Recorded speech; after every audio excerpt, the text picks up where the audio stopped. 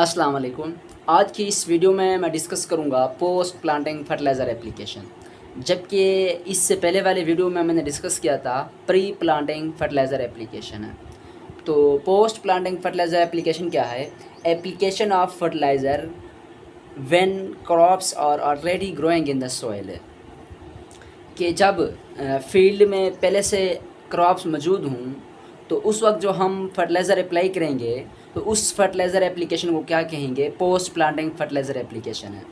कि फील्ड में पहले से क्रॉप्स मौजूद हों और हम जाकर क्या है फर्टिलाइज़र अप्लाई करें, तो इस फर्टिलाइज़र एप्लीकेशन को क्या कहेंगे?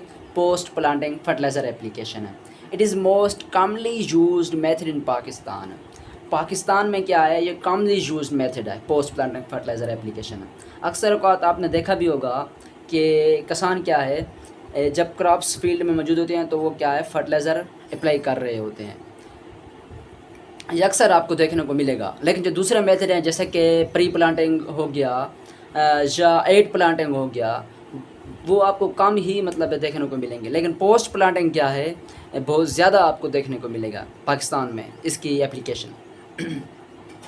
In this case, fertilizer may be applied directly on the soil surface or on the plant surface. इसमें क्या होता है कि फर्टिलाइज़र या तो डायरेक्टली प्लांट के ऊपर अप्लाई कर रहे होते हैं, या तो क्या है सेल सरफेस पर फर्टिलाइज़र डायरेक्टली अप्लाई की जा रही होती है। एक्सेसिव फर्टिलाइज़र में कॉज लीफ बर्निंग। अगर ज़्यादा फर्टिलाइज़र हम यूज़ करेंगे इन case of post planting fertiliser application, तो क्या है लीफ बर्निंग हो जाएगी प्लांट की। जब लीफ बर्निंग होगी तो ऑटोमेटिक यील्ड क्या है कम हो जाएगी, क्योंकि जब लीफ बर्न हो जाएंगे, लीफ क्या है फोटोसिंथेटिक मशीनरी है, तो जब फोटोसिंथेसिस नहीं होगी तो सब्ज़ेर क्या है यील्ड भी ऑटोमेटिक कम हो जाएगी। तो इस कंडीशन में एक्सेसिव फर्टिलाइज़र से बचने के लिए पोस्ट प्लांटिंग फर्टिलाइज़र एप्लीकेशन में एक्सेसिव फर्टिलाइज़र से बचने के लिए क्या करते हैं, हम स्प्लिट टेक्निक यूज़ करते हैं। स्प्लिट टेक्निक में क्या किया जाता है कि डिफरेंट इंटरवल में थोड़ी थोड़ी क्या है फर्टिलाइज़र अप्लाई की जाती है। एक नॉर्मली तो हमारे यहाँ ये होता है कि एक ही वक्त में या 2 मरतबा या 3 मैक्सिमम, ज़्यादा भी करते हैं 3 मरतबा करते हैं, और वो ज़्यादा से ज़्यादा फर्टिलाइज़र अप्लाई कर देते हैं, जिससे क्या है लीफ बर्निंग हो सकती है। लेकिन स्प्लिट टेक्निक क्या है कि डिफरेंट इंटरवल में, बहुत सारे इंटरवल में फर्टिलाइज़र की क्या है कम मिकदार हम यूज़ करते हैं।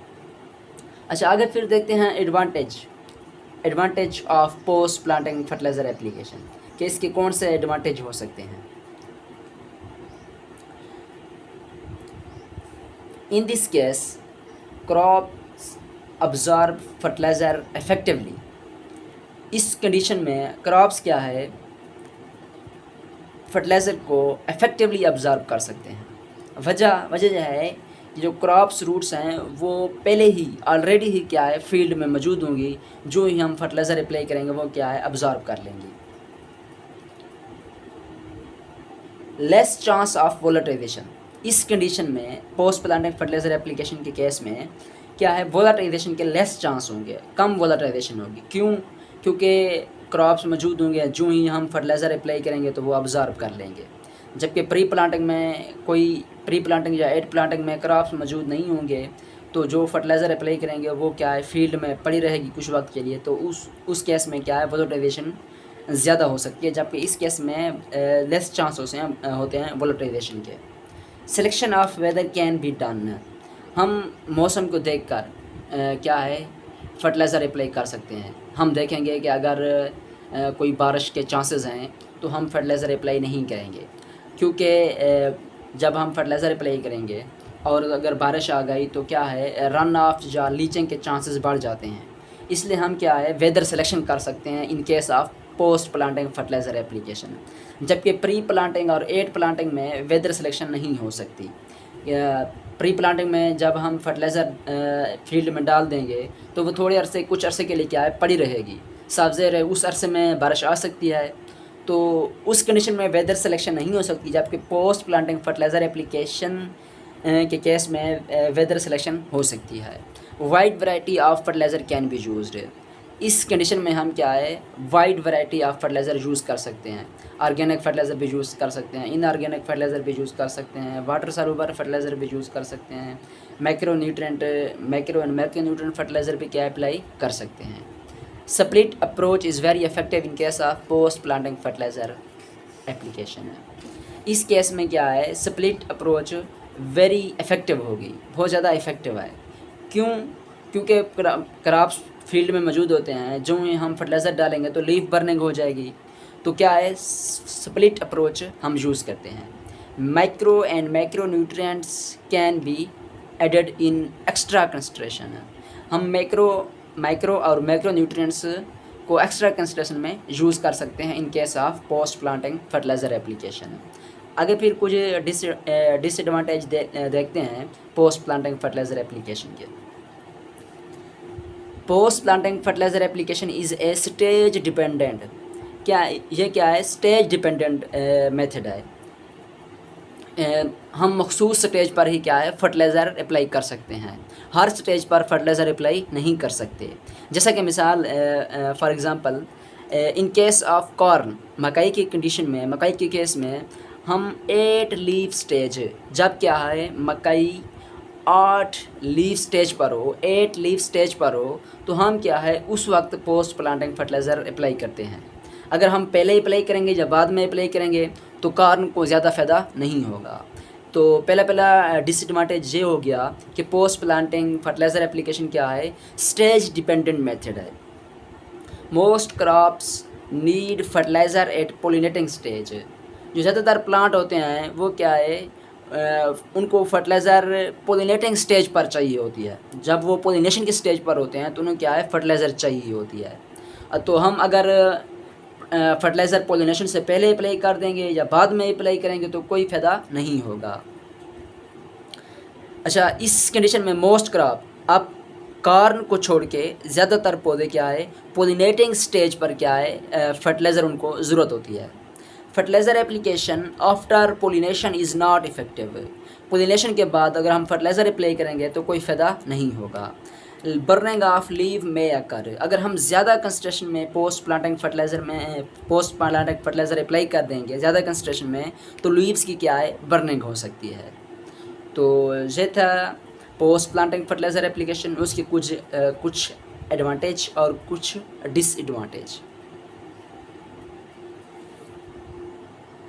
अच्छा, इसके बाद देखते हैं पोस्ट प्लांटिंग मेथड्स कि पोस्ट प्लांटिंग फर्टिलाइज़र एप्लीकेशन के कौन कौन से मेथड हो सकते हैं, किन किन मेथड्स के ज़रिए पोस्ट प्लांटिंग फर्टिलाइज़र अप्लाई की जा सकती है। सबसे पहला है broadcasting, spreading of fertiliser uniformly in the entire field. कि फर्टिलाइज़र को किसी फील्ड में, किसी खेत में यूनिफॉर्मली स्प्रेड करना, यूनिफॉर्मली फैला देना क्या कहलाता है ब्रॉडकास्टिंग मेथड कहलाता है। आपने देखा होगा कि फील्ड में, खेत में किसान क्या है हाथ से फर्टिलाइज़र फैला रहे होते हैं, हाथ से फर्टिलाइज़र फेंक रहे होते हैं, स्प्रेड कर रहे होते हैं। तो वो मेथड कौन सा होता है? वो होता है ब्रॉडकास्टिंग मेथड। और पाकिस्तान में ये ब्रॉडकास्टिंग मेथड क्या है कॉमनली यूज्ड होता है। इसके बाद है split approach, applying fertiliser in low concentration but in various interval है। कि फर्टिलाइज़र को क्या है डिफरेंट इंटरवल में, यानी कि बार बार अप्लाई करना, लेकिन क्या है लो कंसंट्रेशन में, कम कंसंट्रेशन में बार बार अप्लाई करना क्या कहलाता है स्प्लिट अप्रोच कहलाता है। Different crops have different salt threshold. मुख्तलिफ क्रॉप्स की क्या है मुख्तलिफ साल्ट थ्रेशोल्ड हो सकती है, यानी कि कुछ प्लांट्स क्या है ज़्यादा साल्ट क्या है टॉलरेट कर सकते हैं और कुछ प्लांट क्या है ज़्यादा साल्ट टॉलरेट नहीं कर सकते और क्या है उनकी बर्निंग हो जाती है।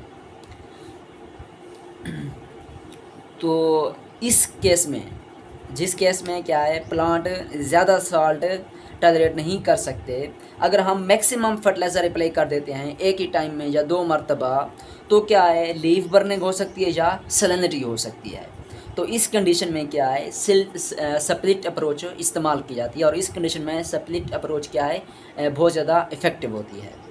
इसके बाद है फर्टिगेशन, जो थर्ड वन मेथड है वो है फर्टिगेशन।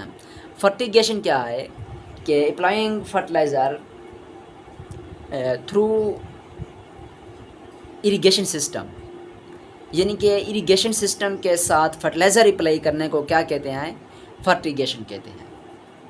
जब जो हम पानी दे रहे होते हैं खेत को, उसके साथ साथ हम क्या है फर्टिलाइज़र भी उस पानी में ऐड कर देते हैं, तो इस मेथड को क्या कहते हैं? इस मेथड को फर्टिगेशन मेथड कहते हैं। इसके कौन से एडवांटेज हो सकते हैं? Fertigation reduce operational cost as compare to other method. जितने भी दूसरे मेथड हैं फर्टिलाइज़र एप्लीकेशन के, उनकी निस्बत फर्टिगेशन क्या है, ऑपरेशनल कॉस्ट क्या है, रिड्यूस करता है। यानी कि कम हमें क्या एनर्जी लगानी पड़ती है, कम पैसे लगाने पड़ते हैं इसको अप्लाई करते वक्त। It reduces the loss of nitrogen. Fertigation क्या है? नाइट्रोजन के लॉस को कम कर देती है। Nutrients and water are applied together. इस मेथड के ज़रिए न्यूट्रिएंट्स और वाटर क्या है? इकट्ठे अप्लाई किए जाते हैं। तो ये भी एक फ़ायदा है कि न्यूट्रिएंट्स भी क्रॉप्स को मिल जाते हैं और वाटर भी क्रॉप्स को मिल जाता है एक ही वक्त में, बेशक वक्त। उसके बाद है फोलियर एप्लीकेशन। जो फोर्थ वन मेथड है वो है foliar application. Nutrients are applied directly to the above ground parts of the plant. इस कंडीशन में, इस केस में क्या है? न्यूट्रिएंट्स जो प्लांट्स का अबव ग्राउंड पार्ट्स होता है, उन अबव ग्राउंड पार्ट्स पर हम क्या है फर्टिलाइज़र के क्या कहते हैं? स्प्रे करते हैं। इस मेथड को क्या कहते हैं? फोलियर एप्लीकेशन कहते हैं। Foliar fertiliser contain soluble nutrients that are suspended in water. जो फोलियर फर्टिलाइज़र होती है वो उसके अंदर क्या होता है? सॉल्युबल न्यूट्रिएंट्स होते हैं, न्यूट्रिएंट्स मौजूद होते हैं जो क्या है सॉल्युबल फॉर्म में, यानी कि लिक्विड फॉर्म में मौजूद होते हैं। और यही फोलियर फर्टिलाइज़र क्या है? हम लीव पर डायरेक्टली अप्लाई कर देते हैं। लीव या कोई भी अबव ग्राउंड पार्ट्स हो सकता है, उस पर क्या है? यही फोलियर फर्टिलाइज़र हम अप्लाई कर देते हैं। तो इस मेथड को क्या कहते हैं? फोलियर एप्लीकेशन कहते हैं। Soil application. जब हम फर्टिलाइज़र सॉइल पर अप्लाई करते हैं, यानी कि सॉइल एप्लीकेशन में के ज़रिए जब हम फर्टिलाइज़र अप्लाई करते हैं, तो फर्टिलाइज़र क्या है? रूट सिस्टम में दाखिल होती है, फिर ज़ैलम में जाती है, फिर क्या है? लीफ में जाती है। यानी कि इतना ट्रैक जो इतना सफ़र तय करने के बाद फिर लीफ में पहुंचती है। लेकिन जो हम फोलियर एप्लीकेशन करते हैं, तो फर्टिलाइज़र या न्यूट्रिएंट्स डायरेक्ट स्टोमेटा पास करके डायरेक्ट लीफ में पहुंच जाते हैं, यानी कि जल्दी लीफ में पहुंच जाते हैं। तो इस केस में, यानी कि फोलियर एप्लीकेशन के केस में, न्यूट्रिएंट्स सप्लाई क्या है? जल्दी होते हैं। Nutrient supply are very quickly. तो अगर प्लांट्स क्या है सीवियर न्यूट्रिएंट डेफिशिएंसी फेस कर रहे हों, तो उस केस में फोलियर एप्लीकेशन क्या है? रेकमेंड की जाती है। तो ये कुछ मेथड थे पोस्ट प्लांटिंग फर्टिलाइज़र एप्लीकेशन के।